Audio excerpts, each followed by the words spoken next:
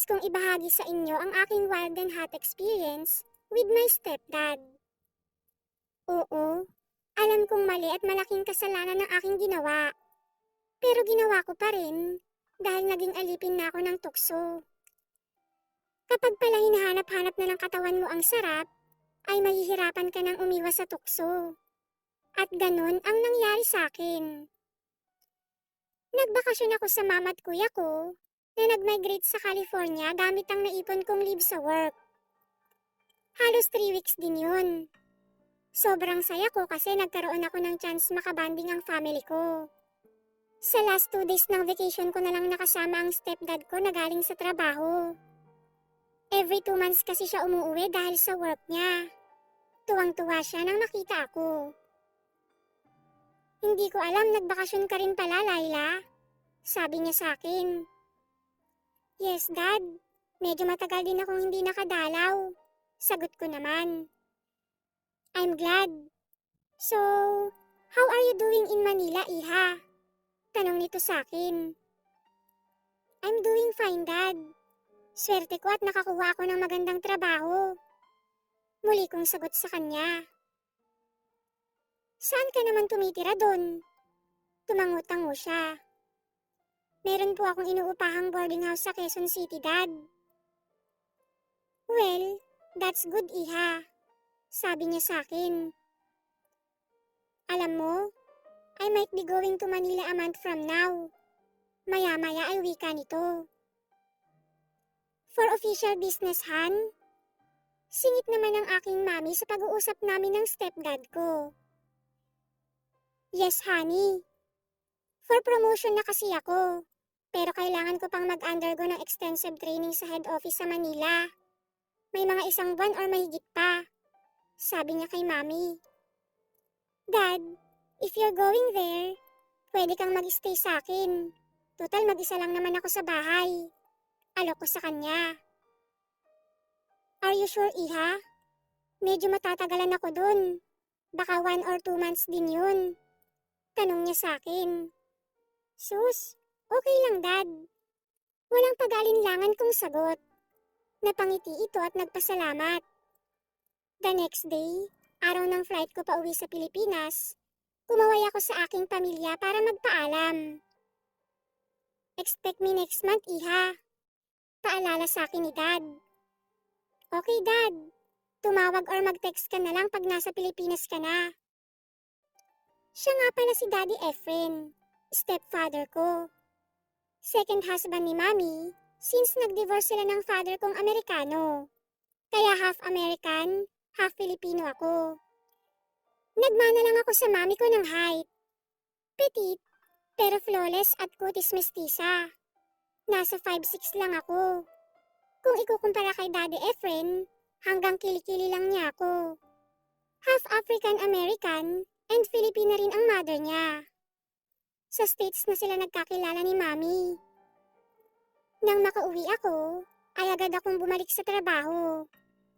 Kahit sobrang busy ay lagi kong iniisip ang pagdating ni Daddy Efren.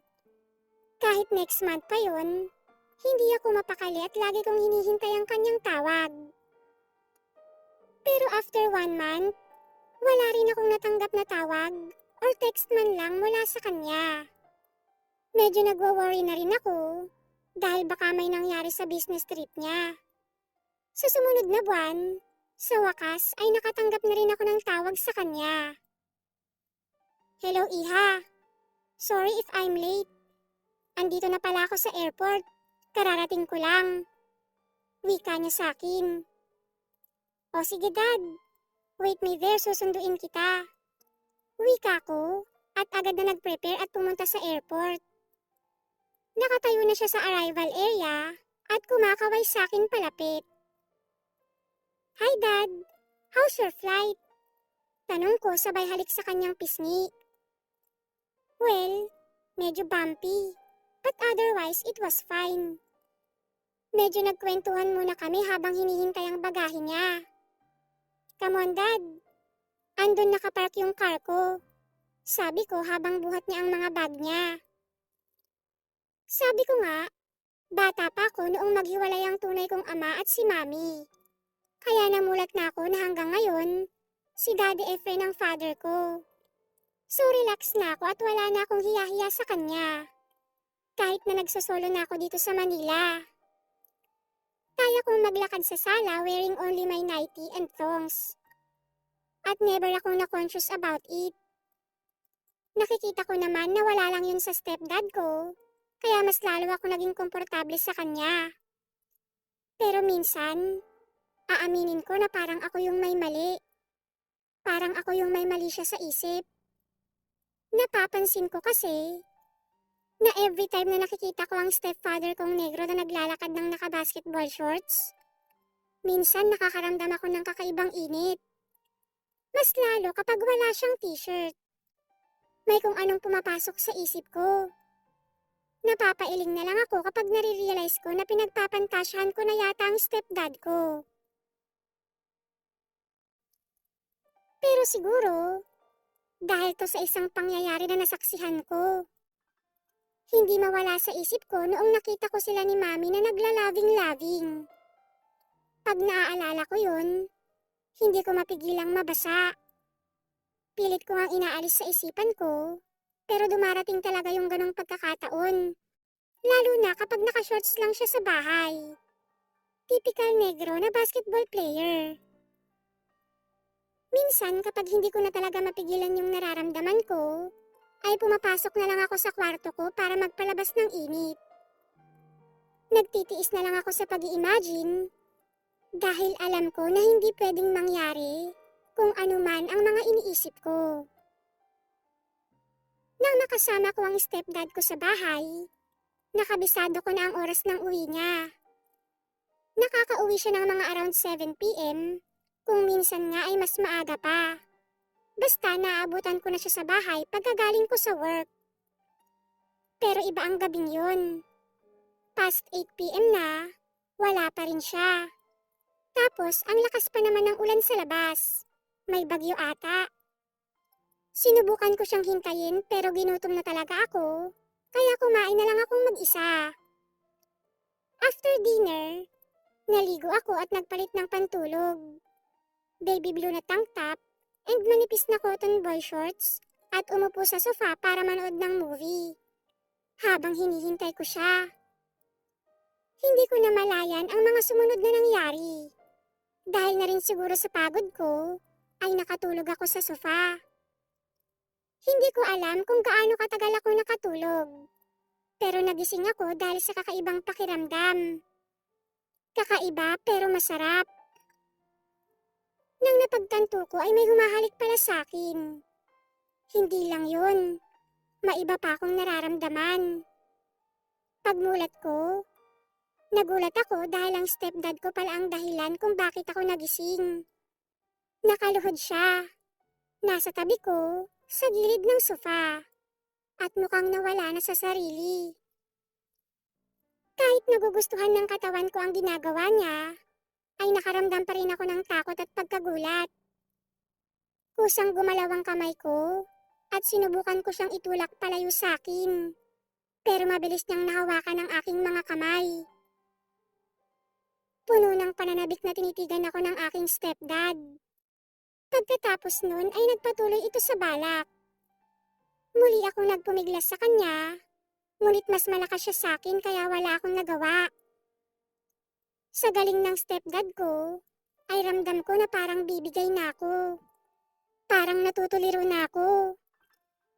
Gusto na rin kumilos ng kamay ko at hawakan ang matipuno niyang katawan. Konting-konti na lang at bibigay na ako. Pero parang naalog ang utak ko, kaya mabilis akong natauhan. Sa huling lakas na kaya ko, nagawa ko rin siyang naitulak palayo sa akin. Daddy Efren, ano ka ba? Anong ginagawa mo sa akin? Sa sobrang gulat ko, ay nasabi ko yun sa kanya. Hindi man lang sumagi sa isipan ko simula noon na magkakaroon ng kakaibang damdamin si Daddy Efren sa akin. Kahit nang magsama kami dito sa boarding house. Yung suot ko kaya ang dahilan? Hindi rin. Kasi everyday naman niya ako nakikitang ganito ang suot. I'm sorry, Iha. Matagal ko nang gustong gawin sa'yo to. Sinusubukan kong pigilan ang sarili ko pero hindi ko na kaya. Gusto kita at kailangan kita ngayon. Nagsusumamo ang mukha nitong wika. Pagkatapos, ay dahan-dahan siyang lumapit sa akin para ituloy ang naumpisahan. Ginawa ko ang aking makakaya para pigilan siya. Ngunit mas malakas siya sa akin. Isa pa, unti-unti na rin akong nanghihina. Ito siguro ang epekto ng walang dilig ng matagal na panahon.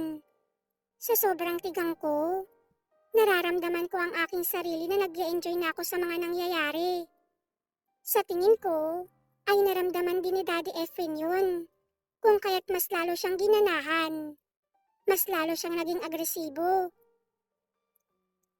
Nararamdaman ko ang aking panghihina at wala na rin atang natitirang lakas para pigilan ko siya. Hanggang sa tuluyan na akong nawala sa sarili at bumigay na rin sa aking stepdad. Kitang-kita niya kung paano ko ipinaubaya ang sarili ko sa kanya. Daddy Efren, anong ginagawa mo sa akin? Nahihirapan kong wika, pero this time, kitang-kita niya talaga na hindi na ako nanlalaban. Kundi makikitaan na sa aking muka na ako ay nag-i-enjoy na. Kusa ko nang inilalapit ang sarili ko sa kanya. Napangiti si Daddy Efren. Dahan-dahan siyang lumapit sa aking pisngi at bumulong. Paliligayahin kita, iha.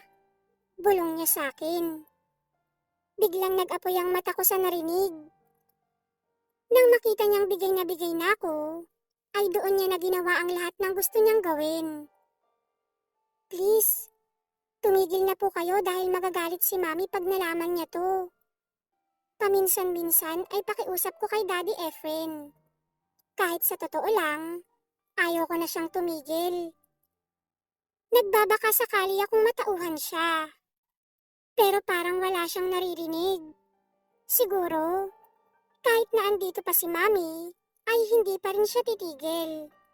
At alam ko na maging ako ay hindi na rin siya pipigilan. Titig na titig siya sa mga mata ko. Ngayon lang natin gagawin to, iha. Isang beses lang. Please, hayaan mo na ako at mag-enjoy ka na lang.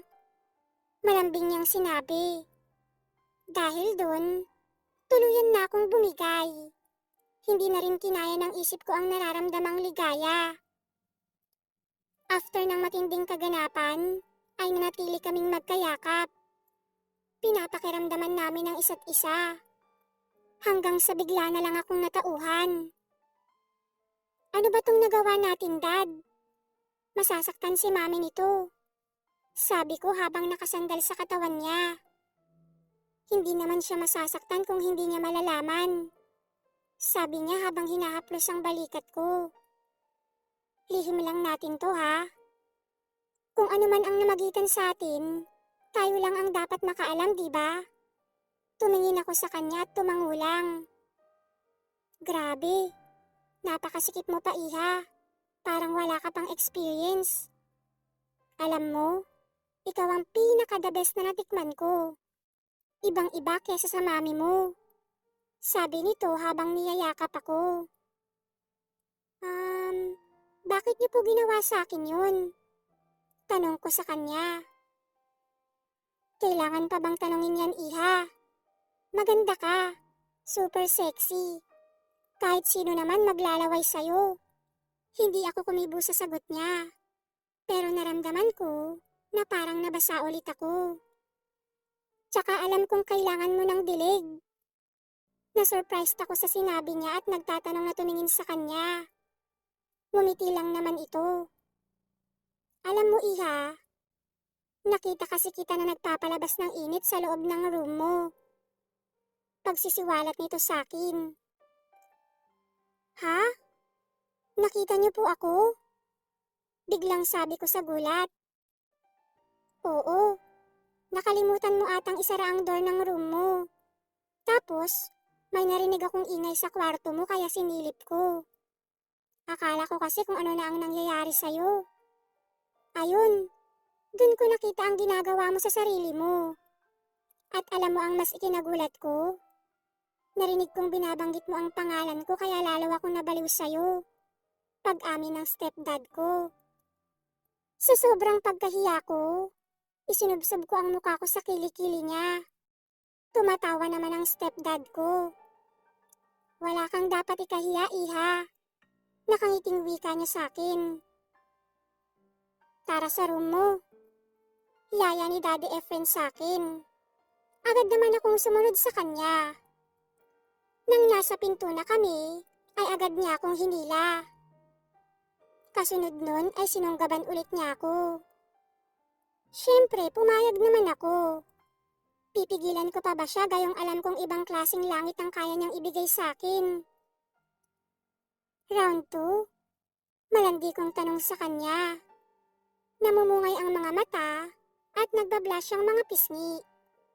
Ngumiti sa akin ang stepdad ko. Papayag ka ba, iha? Tanong niya sa akin. Binitin ko muna saglit ang sagot ko, pero agad ding pumayag. Yes po. Gusto ko po lagi-lagi. Kahit saan dito sa boarding house ko at kung kailan niyo gusto. Malanding sabi ko sa kanya.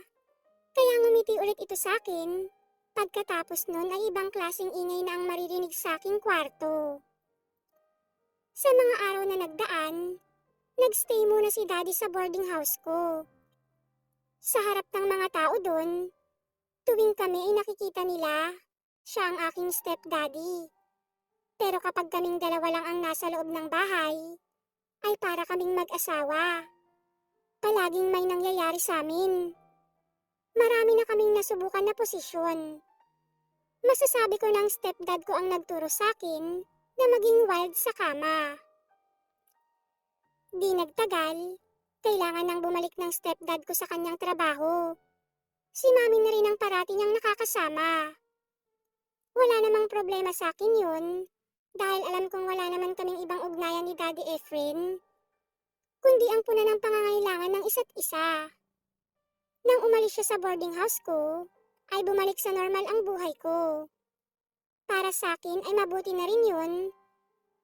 Dahil aaminin ko na kahit nag-e-enjoy ako sa feeling ng stepdad ko, nandun pa rin yung guilty feeling.